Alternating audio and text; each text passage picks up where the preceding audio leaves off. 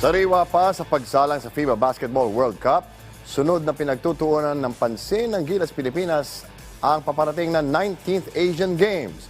Yan ang ulat ni Rafael Bandayrel ng PTV Sports. Ilang araw na lang ang nalalabi bago magsimula ang kampanya ng Gilas Pilipinas sa Hangzhou Asian Games. Kaya naman, puspusang pag-iensayo ang pinagdadaanan ng pambansang koponan dito sa PhilSports Arena sa lungsod ng Pasig. Bagong head coach, bagong mga manlalaro at iilang mga nanatili. Walang duda na ibang-iba na ang forma ng Gilas Pilipinas ngayon. Marami ang nawala mula sa koponang lumahok sa FIBA World Cup. Pero gigil na gigil naman para sa pagkakataong magpakitang gilas ang ilan sa mga nagbabalik na miyembro ng national team. Kabilang dyan sina Terence Romeo at Calvin Abueva. Siyempre, in the 8 years na nang pagkakalipas na 2015, ngayon nakabalik na ako sa Asian Game. Isa better na may pakita ko pa yung pwede ko ipakita.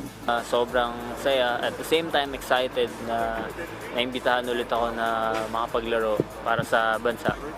Hindi may kakailang limitado ang oras ng preparasyon ng pambansang koponan. Sa kabila nito, mataas ang tiwala ng San Miguel Beermen star guard sa kanyang teammates, lalo na sa sistema ni Coach Tim Cone.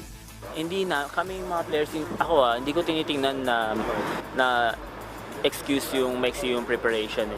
Like, hindi kami pwedeng magbigay ng excuse na maiksi yung preparation namin. Nandito kami para ibigay yung best namin ng mga players.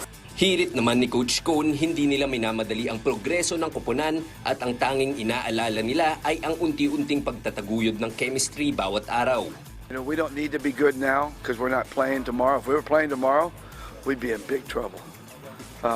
But we're not playing tomorrow, so it's okay to be bad right now. We're trying to figure things out. We're trying to figure each other out. We're trying to figure our system out. So, you know, that's just a daily, ongoing thing that we're doing every day. Sa ika-26 na ng Setyembre o 3 araw pagtapos ng opening ceremony, magsisimula ang unang laro ng Gilas sa Asiad. Una nilang makakatunggali ang Bahrain sa Group C, kung saan kabilang din ang Thailand at Jordan. Rafael Bandayrel para sa Bayan.